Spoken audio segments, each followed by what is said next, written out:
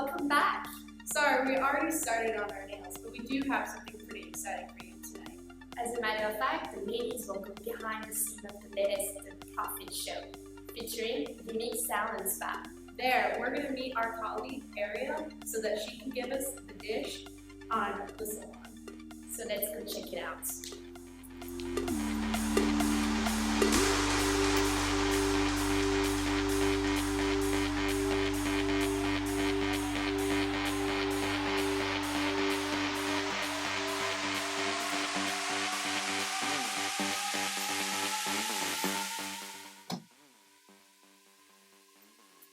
This place needs some work.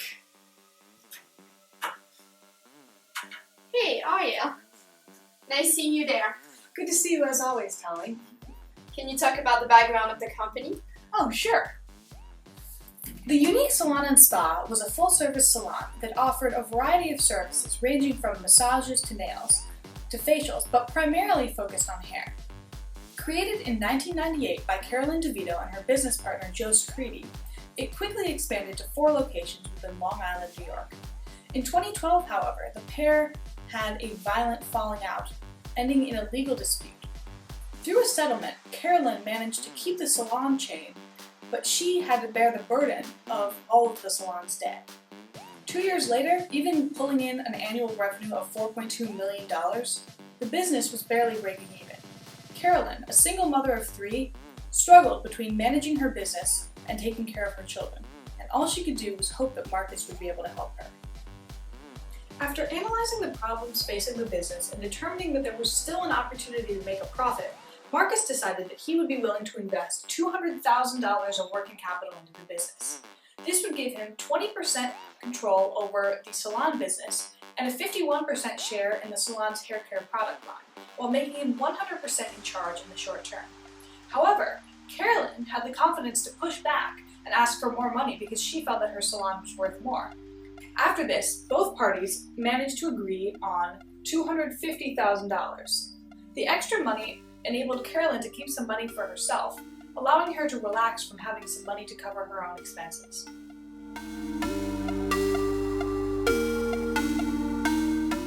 In this episode of The Profits, Marcus pointed out a lot of problems with the product.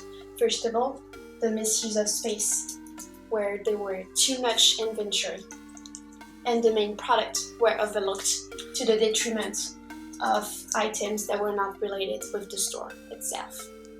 As a matter of fact, even when 50% profits were made on these items, such as jewelry and retail clothes, it only represents 5% of the total revenue, which does not match the space they use in the store. Finally, the new design was needed for the company product line and Unique. Although Unique Salon and Spa generated $4.2 million in revenue, $1.2 million of that coming from their largest store, they're still only breaking even. What holds them back is the process. The first process problem with Unique Salon and Spa is that their prime space is filled with retail junk. As mentioned by Tally earlier, it's complete misuse of space, especially since they're only generating 5% of revenue from this. The second process problem with Unique Salon and Spa is the design and layout of the place. It's run down, dirty, and old, and when the outside looks better than the inside, that's when you know you have a problem. And last but certainly not least, their biggest process problem is their lack of an inventory system in their color bars. 70% of their total revenue comes from color, and when they have $25,000 worth of inventory of color and 10% of that is leaked out, that's a big issue, especially when the number totals up to $30,000 at the end of the year. Their inventory system is literally garbage. Products go into this and are calculated at the end of the day and reordered based off of these numbers. The system isn't working because they're still having to turn away clients at the end of the day.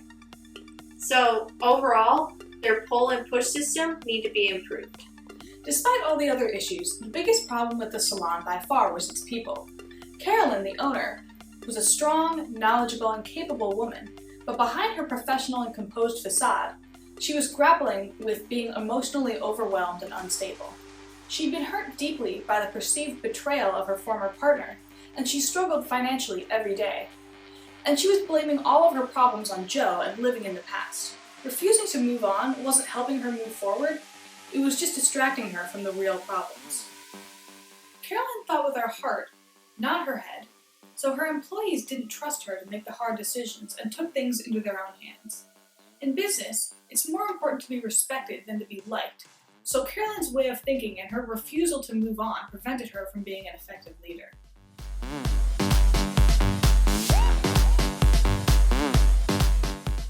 To solve the problem, Marcus went all the way back to the manufacturers to change the design and the name of the product.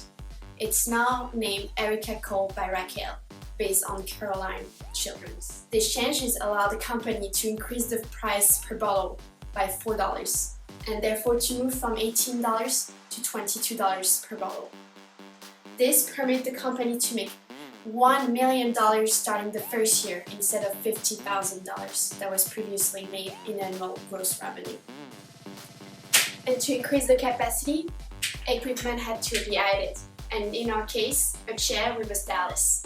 If we assume that each chair makes $1,500 per week, then it's an increase of $576,000 in annual gross revenue. And now their color being 70% of their revenue is 70% of their focus.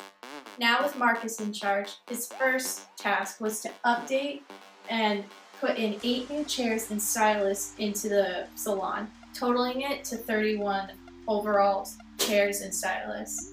Next, he added a new color bar right in the middle so customers could feel like they're a part of the action.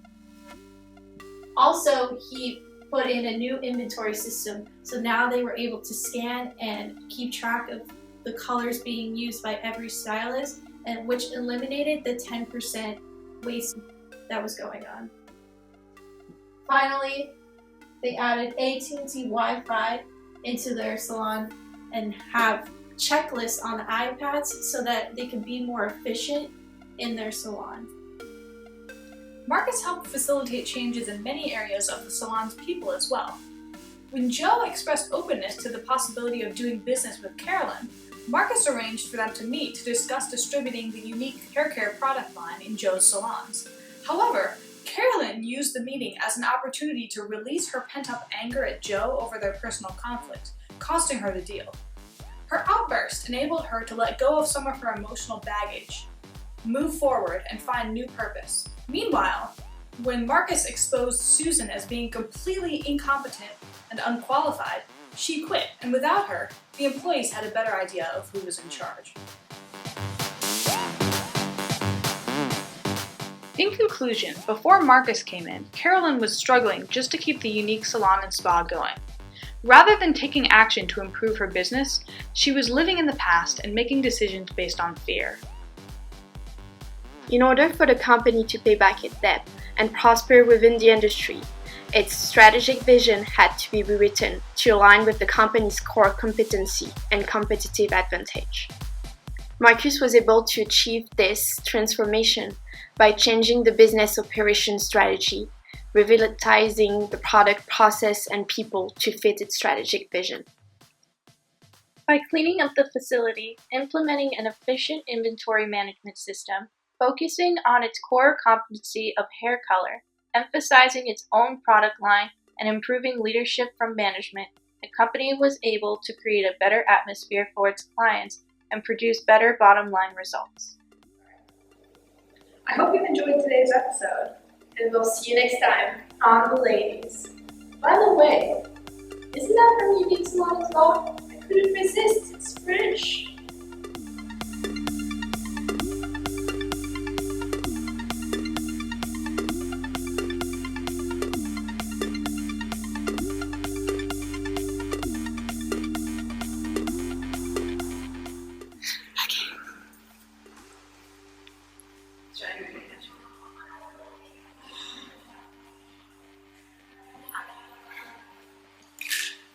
Just in case.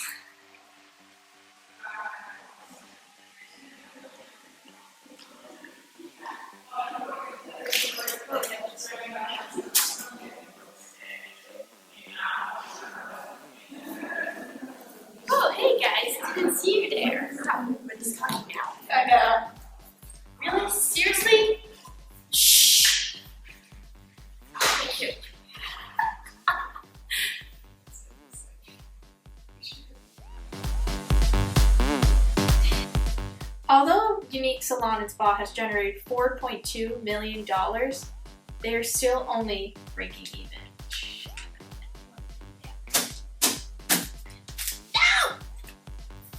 Their inventory system is literally garbage.